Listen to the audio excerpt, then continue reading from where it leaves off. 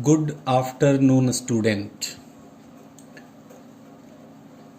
Today, again, I will discuss chapter 5 Friction, Physics. That is the topic of physics. Previous day, I have discussed the topic rolling friction, wheel, a revolutionary invention, friction, a necessary evil, and friction, a necessity. That I have discussed in previous lecture. Today I will discuss this topic and these topics. So see here, friction is an evil or nuisance. Friction, it means घर्षण in Hindi. Evil means दुश्मन. Friction एक दुश्मन. As we know that friction is needed for so many activities in our daily life. However, it has many disadvantages and is unwanted in certain situations. Let us now look at some situation where friction is not desirable. Point number 1. Friction consumes a substantial part of the useful energy available to us. As friction consumes a substantial part of the useful energy available to us, friction also opposes any relative motion between two objects in contact. Some of the effort, that means force or energy, applied to the moving object is wasted in overcoming friction. Point number 1, friction में बहुत सारा energy जो available होता है वो वैसे ही waste चला जाता है. सीविंग मशीन में, आटा चक्की वाले मशीन में और ऐसे बहुत सारे मशीनरी पार्ट्स हैं जहां पर friction consumes a substantial part of the useful energy available to us. Next point 2. Friction is responsible for a lot of wear and tear of moving parts or objects. Friction के वजह से बहुत सारे machinery parts wear and tear यानी घिस जाते हैं चलते चलते, और जब चलते चलते घिस जाते हैं, wear and tear हो जाता है, तो हम लोग उस जगह पर दूसरा पार्ट्स लगाते हैं. Then we must have seen the worn out steps of foot over bridges at railway station or the worn out soles of old shoes. Have you ever thought about the cause of these observations? जूते का soul घिस जाता है और पुरानी machinery parts भी घिस जाते हैं. क्या आपने कभी सोचा ये ऑब्जर्वेशन का मुख्य कारण क्या है? It is the friction which wears out surfaces rubbing against each other. For this very reason, the moving parts of old machines need replacement. इसीलिए पुरानी मशीन के जो पार्ट्स खराब हो जाते हैं उनके जगह पर हम दूसरा और नया मशीनरी पार्ट्स लगाते हैं. पुराना जूता का सोल घिस जाता है तो हम लोग एक नया जूता लेते हैं, क्योंकि अगर जूता घिस गया तो चलने में दिक्कत होगी, स्लिप कहीं पर कर जाएंगे, स्कीड कहीं पर कर जा सकते हैं। एंड थर्ड और essential parts, a significant amount of energy supplied to a machines gets wasted in the form of heat energy while overcoming the force of friction. Friction से निजात पाने के लिए, छुटकारा पाने के लिए, ओवरकमिंग, छुटकारा पाने के लिए significant amount of energy supplied to a machine gets wasted in the form of heat energy. जो एनर्जी हम लगाते हैं मशीन में वो वेस्ट हो जाते हैं in the form of heat energy. किस कंडीशन में? फ्रिक्शन से छुटकारा पाने में। We all have observed that when we strike a match stick against a rough surface it catches fire.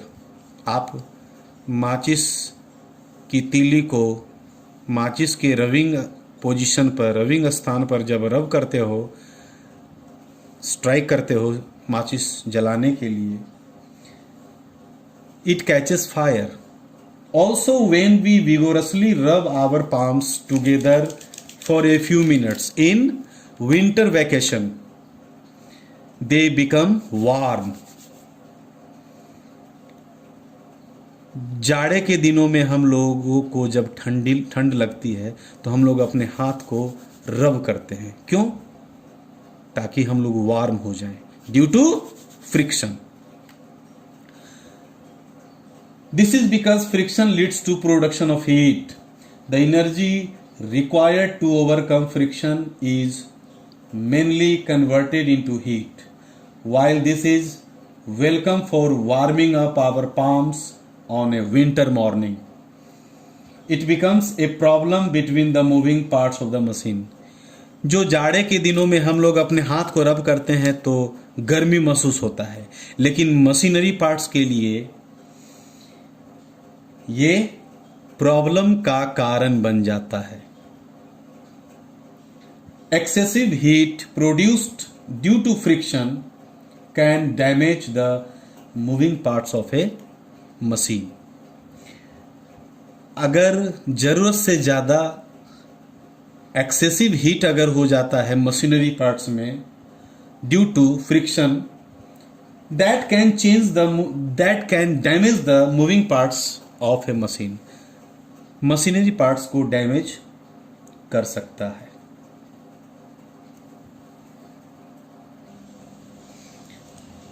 Now we will discuss methods of increasing friction. Friction बढ़ाने के लिए कौन कौन से तरीके हैं? So we will discuss. We know that friction is desirable in some situations and undesirable in some other situation. Whenever friction is required, it is increased by making the surface rough. Why do you think tires of vehicles like cars and buses, also in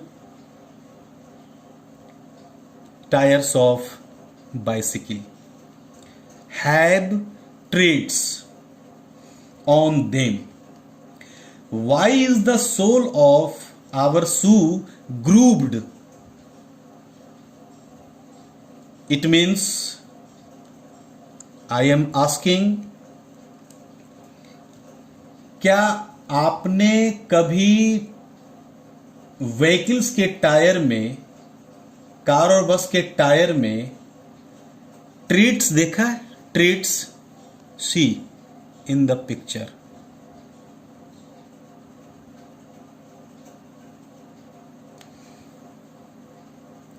that is the treads. आपने देखा होगा, सारे लोग देखे होंगे। Why the sole of your shoe grooved this type of grooves in your sole also. The treads and grooves improve their grip on the route. ये इसलिए रहते हैं ताकि improve their grip on the route, ताकि हम सड़क पर smoothly चल सकें, आराम से चल सकें, और टायर जो सड़क पर चलती है वो रोड के साथ कांटेक्ट बना करके चले। इसीलिए ट्रीट्स एंड ग्रुप्स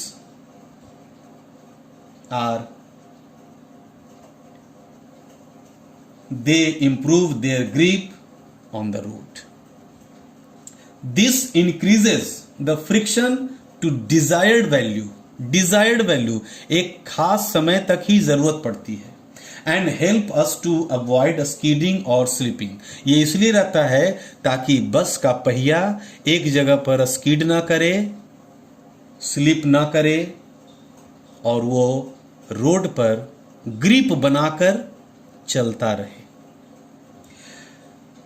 मैंने लिखा है sportsman and players use special types of sports shoes with spikes, cleats. I have written in a bracket a piece of metal और rubber, cleats on their soles. Cleats, spikes. Spikes you have seen in the shoe of players। जो football के मैदान में खेलते होंगे उनके जूते में देखते होंगे छोटे छोटे निकले हुए रहते हैं, that is spikes. Cleats, have you seen cleats? You know cleats means कील। You all have seen in the film Sholay.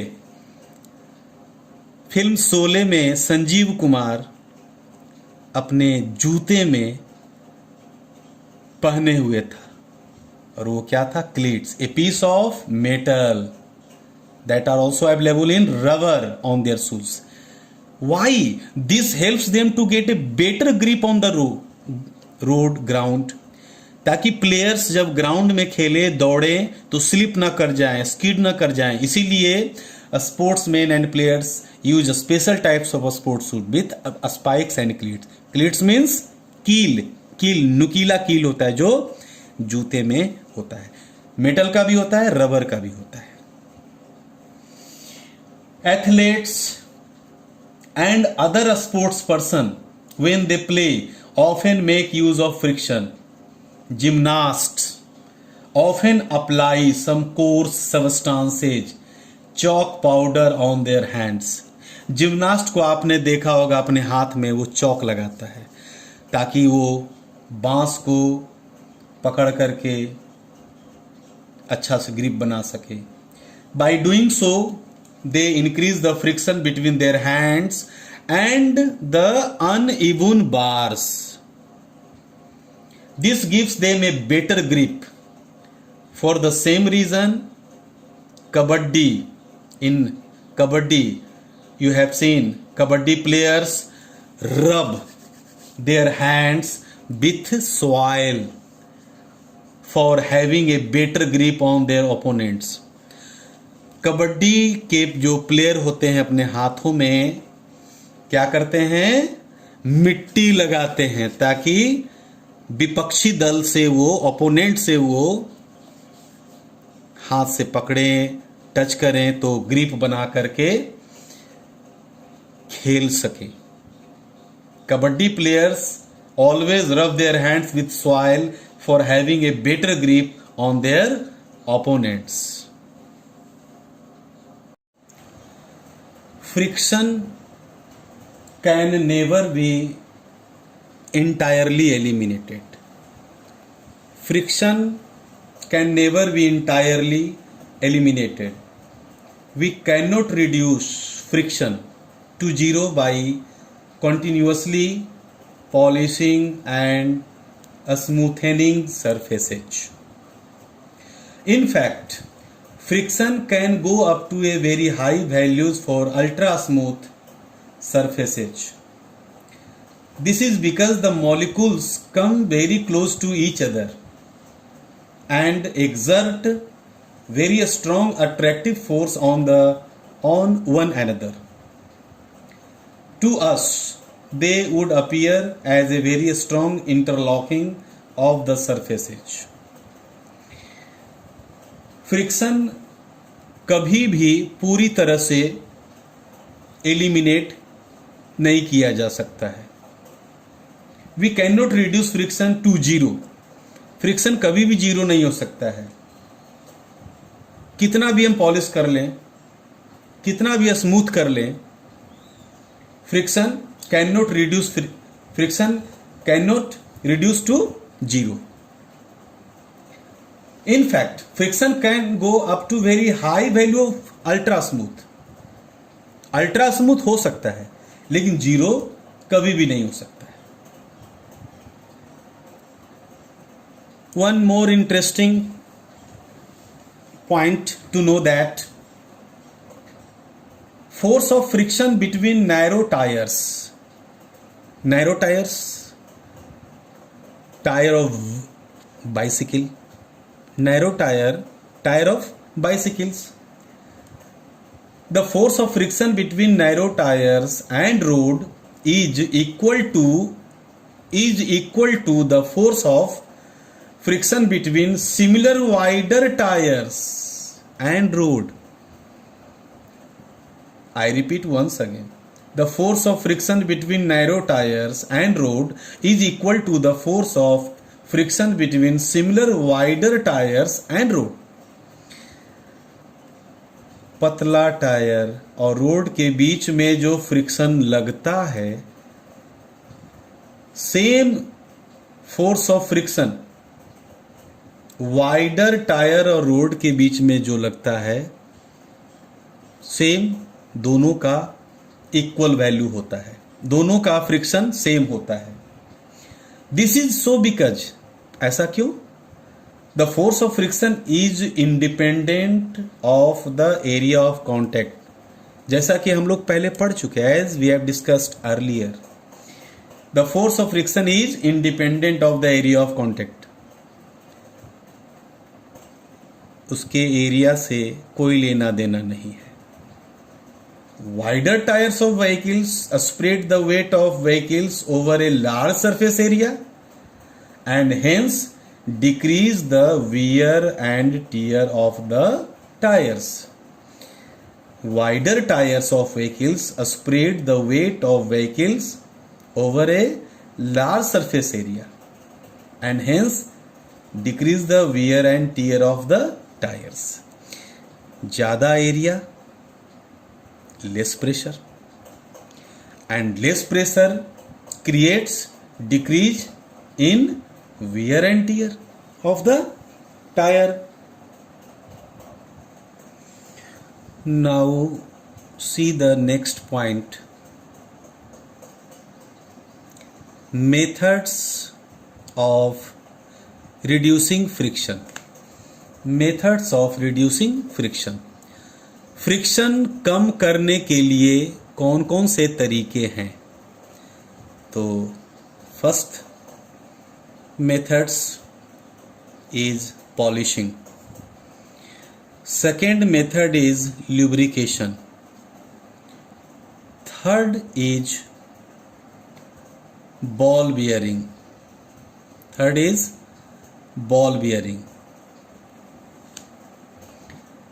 See the picture carefully and